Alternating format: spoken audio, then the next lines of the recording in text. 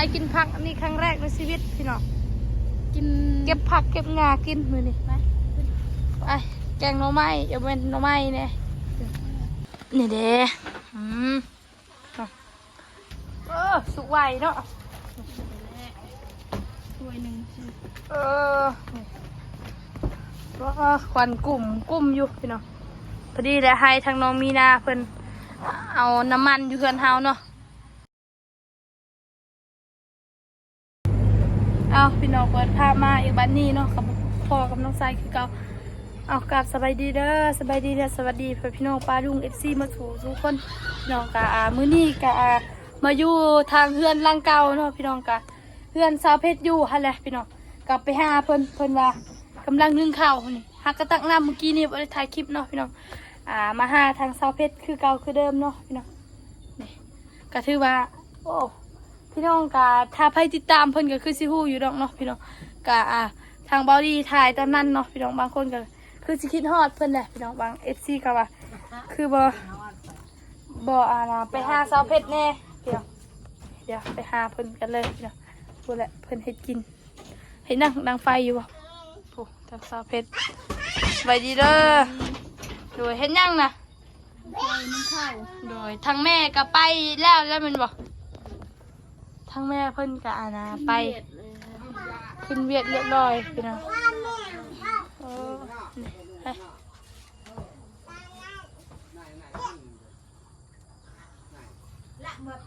ฮอ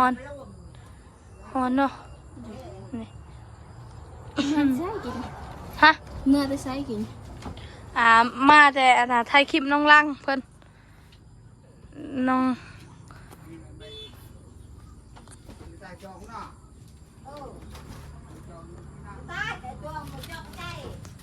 มาแต่ถ่ายคลิปน้องลังเมื่อกี้เนาะไปเกือบตุยสันเป็นยังตกใจบ่จะห้องแห้งนี่ทางสาวเพชรเพิ่นเอาใส่เห็ดแบบนี้บ่คือหนึ่งเขาน้อยแท้นี่โดย2 คนแม่ลูกกะหนึ่งน้อยเนาะโดยทางสาวเพชรก็จะน้อยสิเฮ็ดกินแม่นบ่มื้อนี้ก็บ่ได้ไปใส่เนาะพี่น้องบ่ได้ไปใส่มื้อนี้แม่นบ่สิไปหาหน่อไม้ก็ไปหาแล้วเนาะมีแต่เฮ็ดอยู่เฮ็ดกินอยู่เรือนแหละพี่น้องเพิ่นก็มาซอยเวียกอยู่เรือนน้องไส้แหละมือก็บ่มีเวียกหยังก็มาลิ้นเรือนเฮาก็มากินส้มยังเนาะมาเฮ็ดเมื่อกี้ก็กินตำเนาะพี่น้องตำข้าวปุ้นอยู่เรือนเฮาห้องเพิ่นพี่น้องก็บ่ได้ถ่ายคลิปก็ไปกินยังก็กินนำกันเนาะกินเสส่วนก็กินนำกันหมดพี่น้องก็บ่ได้ไปใส่ผู้ฉันดูเพิ่นสบายดีนมมือไอ้นมมือสบายดีโอ้ยสบายดีนมสบายดีผู้ทางลูกสาวเพชรเพิ่นใส่สบายดีปลาลุงหันเด้อุ้ยอายเขินพี่น้องเขินลูกสาวเพชรเขินล้างถ้วยก่อนบ่นี่ถ้วยบวงเพิ่นสิล้างถ้วยพี่น้องโอ้ทางเข้าเพิ่นก็ใส่เรียบร้อยเลยเข้าเพิ่นก็สิล้างถ้วยก็แบบนี้แหละชีวิตประจำวันของเพิ่นเนาะบ่มีหยังหลายไปนี่ก็ยังบ่ทันล้างหมดบ่โอ้ทางสาวเพชรเพิ่นเปลี่ยนสิ้นเนาะว่าเพิ่นใส่ส้มนุ่งสิ้นก่อนพี่น้องเพราะว่าค่ำเลยพี่น้องเอ้ยไปกะหาก็กลับมาแต่ถ่ายคลิปทางน้องลังเพิ่นพี่น้องเอ้ยแบบกองเฮาแบบมันมั่วน่าจะเป็นยังพี่น้องเอ้ยใส่ตรงนี้บ่นี่ทางสาวเพชรเพิ่นตรงนี้ก็ถึกแล้วเพิ่นล้างถ้วยอยู่พี่น้องกับกล้องเฮาก็มั่วแน่นิดนึงเดี๋ยวสิไปปรับก่อนจากมองในเพิ่นปรับให้กองแจ้งพี่น้องก็บ่ฮู้ปานใดนี่ล้างถ้วยอยู่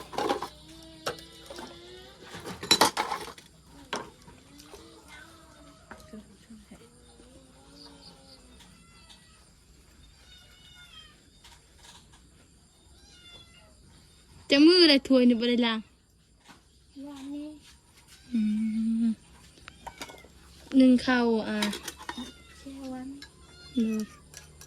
เจียวเมื่อวานนี้เนาะแดดเป็นมือเนาะพี่น้องวันนี้ เป็นยังก็ยิบหัวก็ยิบหัวเองพี่น้องบ่ได้ไปห้าทำไมมื้อนี้เนาะเฮ็ดหน่อไม้มื้อนั้นมันจะโมงเฮ็ดหน่อไม้มื้อนั้น12 โมงเนาะขอโทษเนาะพี่น้องกะมือนั้นเฮาก็ซอยเพิ่นจนฮอดเท่าไหร่9 โมงบ่10 โมงบ่10 โมงบ่ฮะ9 โมง 19 โมง 9 โมง 10 โมงยัง คือแม่บ่ได้เบิ่ง 10 โมงเขาว่าเขาไปซอยจ้ะจำฮอด10 โมงแล้ววิทย์นั้นล่ะเพิ่นเฮ็ดเนาะพี่น้องคันเฮ็ดผู้เดียวแม่เพิ่นจนแจ้งพุ่นแหละเนาะคันเฮ็ดผู้เดียวเจ้าค่อยว่ายันดนอยู่เนาะดีได้เฮามาซอยเดี๋ยวมื้อมันเกิดน้องไส้หั่นแหละกะวิทย์แล้วมันเกิดแล้วก็มาซอยซอเพชรเฮ็ดหน่อไม้ต่อเพิ่นกะมาซอยเฮาเฮ็ดเตรียมของข้าวเปียกอีหยัง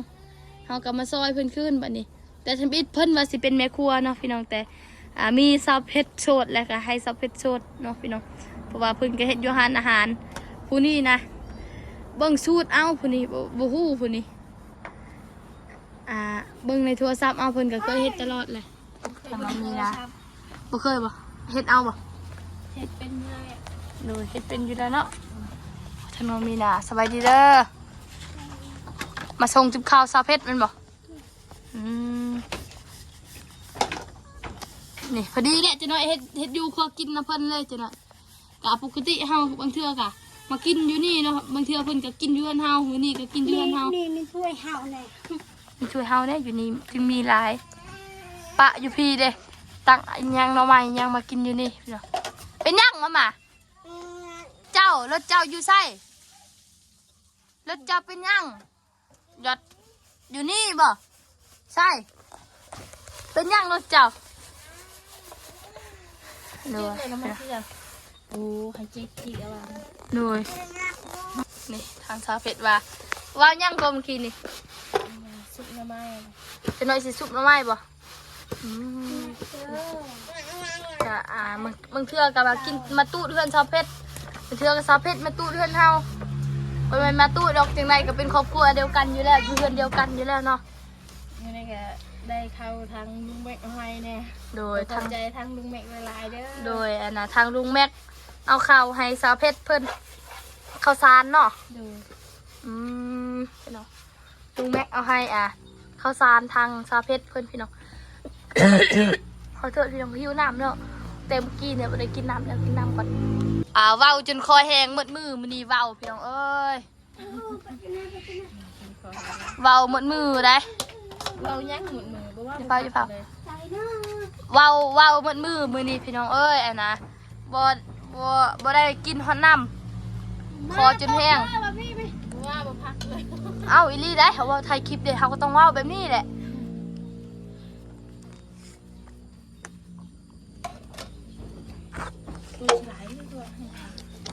ไปพักประจานาทีก็บ่ไปสักเดือนสิไปจังไดก็ได้พักยืดมาให้จัง โอ้ยนี่เดี๋ยวทางสาวเพชรเพิ่นเฮาบางเทื่อเฮาก็มาอาบน้ำอยู่นี่แหละลิ้นอยู่นี่แต่เมื่อนอนอยู่เฮือนนอนอยู่นี่ว่าได้เพราะว่าเฮานอนอยู่ห้านเนาะสาวเพชรนอนผู้เดียวบ่นอนกับลูกเนาะนอนกับลูก2 คนเนาะนอนกับลูกเพิ่น2 คนนอนอยู่เฮือนนี่บ่เป็นซองแล้วจะนอนเฮือนครัวจะนอนเฮือนครัวแม่นบ่นอนเฮือนครัวเนาะนั่นเฮือนนั่นพ่อเฒ่านอนเฮือนครัวพ่อเฒ่านอนอยู่นี่เนาะเพิ่นนอนเฮือนครัวพี่น้อง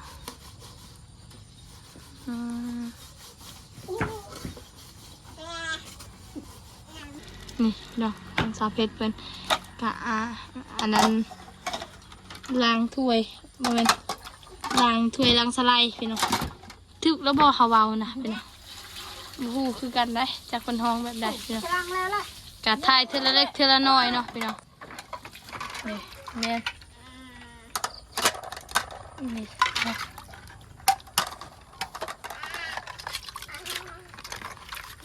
ชีวิตแม่เลี้ยงเดียวพี่น้องเอ้ยตามติดชีวิตแม่เลี้ยงเดียวพี่น้องนี่แล้วเนาะยังสิตักน้ำอีกบ่นี่พี่น้องทางเข้าเพิ่นโอ้ใช่ไปบ่มีอันปิดได้พี่น้องนี่ต้องให้เล่นนี่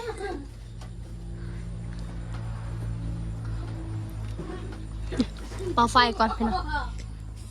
เปี่ยงไว้มาพี่มาเป่านี่พี่น้องโอ้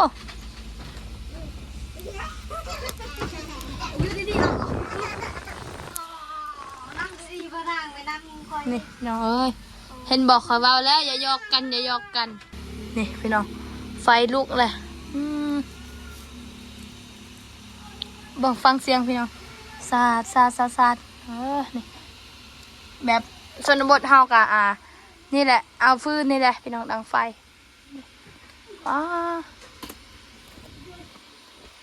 เดี๋ยวจะเอาผ้าปิดก่อนอัดไอ้มันผ้าปิด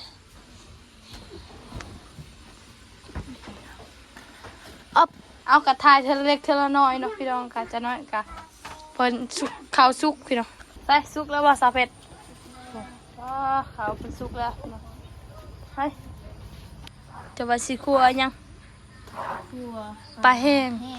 แล้วก็ใส่หน่อไม้เป็นบ่นี่เดี๋ยวให้เพิ่นเอามาได้จะน้อยเดี๋ยวโทรหาเพิ่น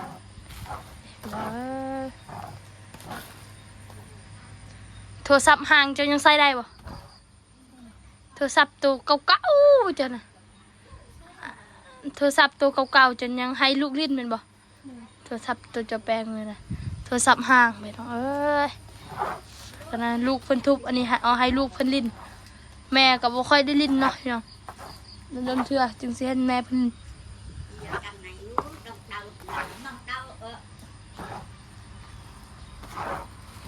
นี่นะฮะ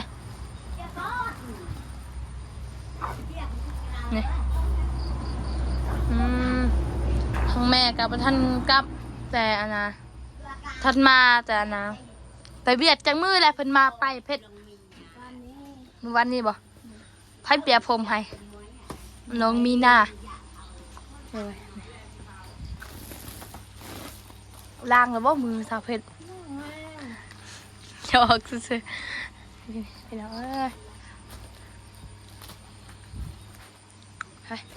ปุ๊บเรียบร้อยวันนี้กาสิแต่งอยู่โคกินต่อวันนี้เนาะโทรบอกน้องมีนาให้เอาเอาดอกไม้ เอาดอกไม้ไปตู้นั่นเพิ่นเอิ้นดอกไม้พี่น้องไทยโทรบอกคนแม่ใส่มันสำปะรังเจ้าเพชรนั่นเขาจะเอิ้นว่ามันนั้นมันยังมันแก้วบ่บ่แม่นมันจักมันยังลืมแหละภาษาลาวห้องคนไทยเอิ้นมันจะอะไรมันแก้วมันแก้วเด้ยอดมันอันนี้หวานตรงจะเอิ้นมันสัมปะรังบ่สัมปะรังหรือสัมปะรังบ่เคยกินจักเทื่อดิกินต้มหวานเลยแซ่บบ่มันสัมปะรังชอบเผ็ดต้มให้เจ้ากินบ่โดยเพิ่นก็อยู่เฮือนน้องไซเลยนะแซ่บบ่แซ่บไปเมื่อกินจ้ะจะติดใจมือจะมาโอ้ยย่านคันแซ่บค่ะเฮาสิมาเอาอยู่เนาะก็แซ่บแท้ดูนี่บางคนเพิ่นก็นี่แหละกินดอกมะฮุกนี่แซ่บแหละเพิ่นน่ะเอ้าวันนี้เด้วันนี้ยังเช้าเฮาต้มกินยอดใบมะฮุกฮะนั่นดอกมันดอกมะฮุกนี่นะเอาต้มกินได้ซะบ่แซ่บบ่แซ่บโอ้คมในนั้นไปนะคมดีเลย เขาต้องตำหัวซินไข่ยังเห็ดหอมบ่ผักไปเอาขึ้นต้มอยู่ทั้งเรือนคนละ หวานเลย อบ เฮ็ดเดี๋ยวพวกมันล่มเจ้ามันโคตรมันปิ้ว เฮ้ย พี่น้อง ปลามีหน้าคือเห็ดแบบนี้ บ้าโคตรแบบนี้มันนั่นพอโคตรแบบนี้มันตกเองนะ อ้าวคือเห็ดแบบนี้นะชาวเพชรไฮเลยจะหน่อยนะ แบบนี้แต่มันเช้าขึ้นปะแบบนี้น้อง ป ว่า ลา จะมันตก พี่น้องเซตวันนี้ชาวเพชรบ่มีพัดลมแหละ มีอยู่พัดลม อุตส่าห์เงินเบาบอลี่เอาให้ตอนนั้นซื้อพัดลมหน่อยเซตน้องไหวมีนาเห็ดนี่ลุดเองเพิ่นแหละ ว้ายังอีกเลย ฮะเด้ใส่ไหม เมื่อกี้หนูเคยใส่พอมันยืดจิ๊กมาไหว เอาบัวเราฮะต้มพักพี่น้อง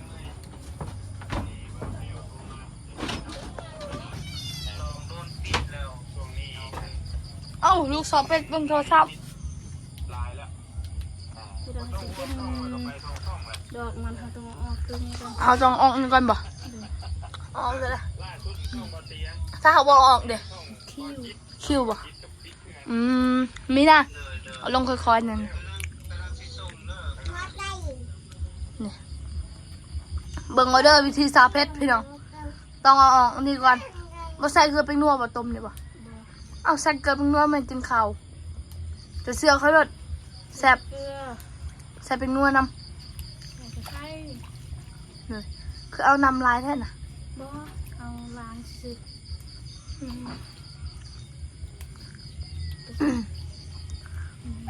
น้องอยากทานเลยว่า เลยถ้าหาบ่เอาเสร็จเนาะ ถ้ามันแห้งก็คุมเลยนึง เลย โอ้ยอ่ะ ว่ายังเกาะทำน้องมีหน้ายังเกาะ มันจะก็คือกินบ่เคย เคยบ่นี่ใส่ได้บ่เกลือนี่ สไลด์เขา เป็นนัว สไลด์คอย บ่ใส่เลย เขาใส่ไม่ได้เกลือเป็นนัว ข้าว ข้าวถ้าใส่เป็นนัวน่ะ เป็นผักใส่เป็นนัว เขาใส่เกลือเป็นนัวก็ได้เขาเอาลงหม้อนี่ล้างเสร็จแล้วไปอบฮอดขั้นตอนเอาลงเลยอย่าให้แมวมันห้องเด้อจะหน่อยซองไฟ เดี๋ยวนี้แห้งย่านไปหมดเลยพี่น้องไป จะพาเบิ่งขั้นตอนกินข้าวอีก โดยพี่น้องทาเบิ่งช่วงกินข้าวเนาะพี่น้อง เพื่อนน้อย โดยสาวเพชรอีกเป็นผู้โฆษณาจะหน่อยนี่เนาะเพื่อนถ่ายเทละเล็กเทละน้อย ถ้าสาวเพชรสิตั้งช่อง YouTube นี่พี่น้องสิติดตามอยู่บ่เพิ่นนี่ ถ้าใครติดตามบอกคอมเมนต์มาเด้อแบบว่า โดย บ่ได้ไปถ่ายดอกแบบว่านั่นไปช่วยเหลือคนแบบว่า ถ่ายแถวบ้านนี่แน่ หาอยู่หากินอยู่แหละ ถ่ายชีวิตประจำวัน โดย ถ้าสาวเพชรเฮ็ด YouTube เด้อพี่น้องสมุดซื่อ ถ้าใครอันนั้นมักน้องเพชรก็ คอมเมนต์มาเด้อน้องเพชรถ้ามีมื้อหน้าหั่นแหละมีโทรศัพท์มื้อหน้า ๆนี่พี่น้องวันนี้สุกเรียบร้อยมาเด้อพ่อแม่พี่น้องอันน่ะมากินผักอยู่เพื่อนสาวเพชรพี่น้องมื้อนี้นี่ น้ำมันกระผัก โดย แก้ว อยากกับปลาทูปนปลาทูอย่าเอาเจอปลาทูเดี๋ยวสิจิ้มแล้วมึงแบบอันนี้เพิ่นว่าแทะหวานใช่ป่ะ ยอดมัน บ่ได้หวานเนาะ เนื้อมัน คมเนี่ย ใช่คม บ่ จับแล้ว โอ้ข่อยอยากกินเลยให้ค่อยกินบ่ขอบใจเด้อนี่พี่น้องมาเด้ออือหือต่อแล้วดึงให้กับกล้องค่ะเอา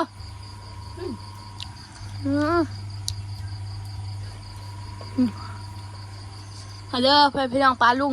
FC มาสกูทุกคนมากินข้าวกันถ่ายทะเลเอาอันนั้นเอากินเนี่ยปลาทูนี่แหละแซ่บโดย พี่น้องปลาดุก เลย มาชิคุยกัน อย่างอาหารบ้านเราแพบ ใครมาหายามนี่ก็มีแต่นอไล่ เลย ขาว เลยแซ่บเนาะ หวานเจ็บเนาะแซ่บลงไปเจ้าแพบเราคือไปกินข้าวกันเอาบัดนี้พี่น้องก็อิ่มเรียบร้อยเนาะพี่น้องโอ้บ่เชื่อเนาะกินอาหารแบบนี้จนป้าข้าวจนหมดกินกัน4 คนกับลุงแม่เพิ่นก็เอาข้าวมาแต่เฮือนเพิ่นพี่น้องกับพ่อเฒ่าเพิ่นก็กินก่อนนะเนาะพออยากสิว่าอิ่มเนี่ยแห้งพี่น้องตอนนี้ป้ากินอาหารบ้านๆเฮาก็แซ่บแห้งเนาะกินผักผู้ผักจนสิหมดแหละ ๆไปหาที่ใส่เวลาเลย เหลือแต่ก้านเพิ่นพี่น้องหาอยู่ใส่บ่ได้ได้อาหารบ้านๆแบบนี้พี่น้องเอาเนาะพี่น้องก็สำหรับคลิปนี้เนาะน้องไซก็สิขอโตวก่อนดำลาจบคลิปปิดคลิปเพียงซ้ำนี้ก่อนก็มื้อนี้ก็ตามติดชีวิตน้องเพชรแล้วก็ชีวิตเฮาแหละพี่น้องคือกันแหละอยู่สำหรับครอบครัวเดียวกันพี่น้องก็มากินข้าวนำกันพี่น้องเอาเนาะพี่น้องก็สำหรับคลิปนี้เนาะน้องไซขอตัวลำลาไปแล้วจบคลิปปิดคลิปเพียงซ้ำนี้ก่อนขอบคุณเนาะพี่น้องคุณยายใจบุญ FC ทุกท่านที่ติดตามรับชมเนาะพี่น้องหากว่าผิดพลาดประการใดก็ต้องขอโทษขออภัยนำไม่ได้เนาะพี่น้องก็สำหรับคลิปนี้น้องไซไปแล้วเด้อสวัสดีเด้อสวัสดีผู้ทะลุสาวเพชรสบายดีฮันเด้สบายดีโดยพี่น้องไปแล้วเด้อสบายดี